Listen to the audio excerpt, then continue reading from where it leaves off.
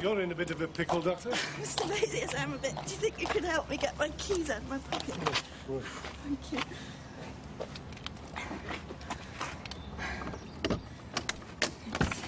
you. Here, let me take it. Oh, thanks. What is all this?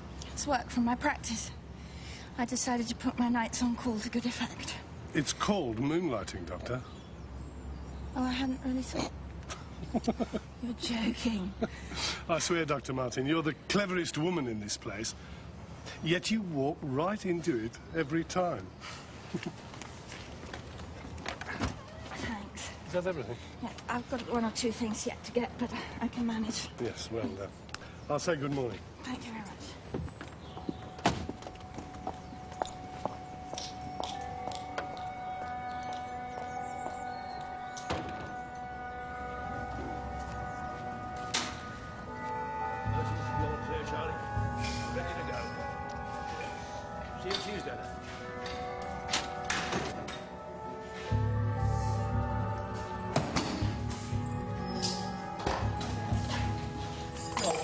Yep, I might still catch the early bus. I could give you a lift if you like. I'm going to Denfield, Doctor. You're Birmingham, aren't you? Yes, but I've got to pick up some shopping before I go home. All right. I'm with you then, Doc.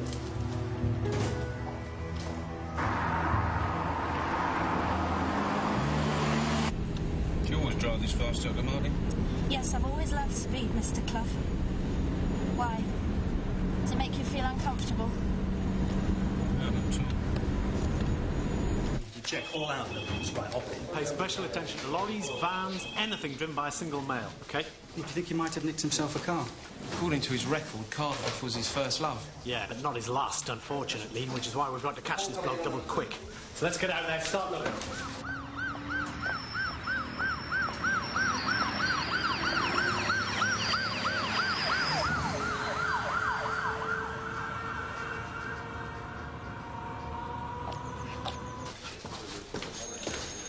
Morning, sir. Has the hospital confirmed who it is? John Peter Barry, sir. Also known as the Devil's Disciple. God. They discovered him gone at 7 this morning. Did they say how he got out? No details, sir. But we do know this Barry's as sharp as they come. Don't we just? Has everyone been briefed? Yes, sir. We've started house-to-house searches in the area around the hospital, sir. We've got patrols out, roadblocks on all routes. I don't want this man loose on my patch, Morse. Not him. In my book, what he did to those women In was... everyone's book, sir. If he comes here, we'll get him. Lewis.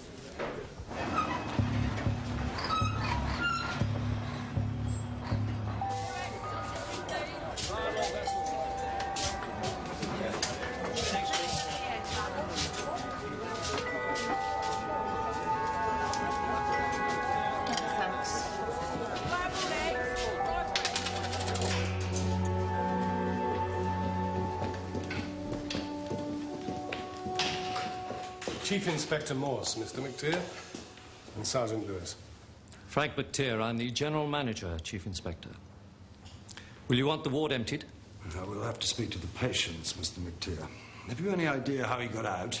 From the infirmary, yes. He drugged my nurse, Henry Rayner, took his keys and walked out.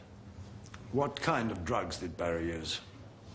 He was prescribed sleeping pills some months back. He must have kept some aside.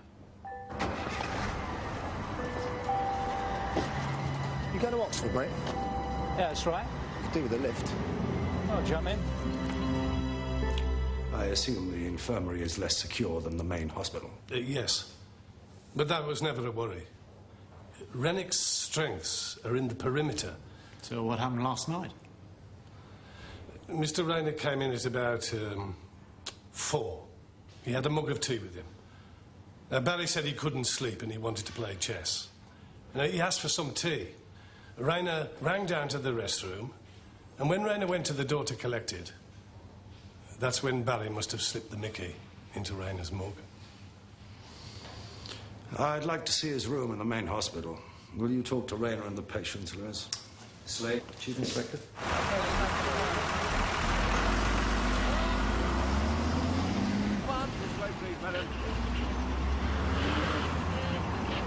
Have you seen this man who picked up any hitchhikers this morning?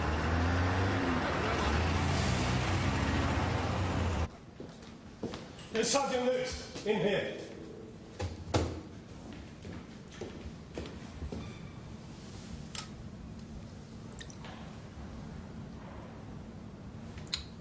Wasn't this place checked?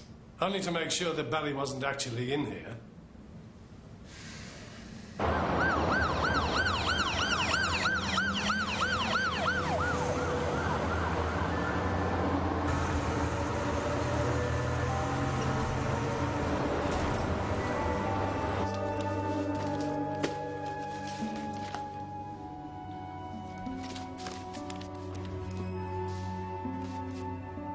What's this? He was writing a book, a black Bible, he said.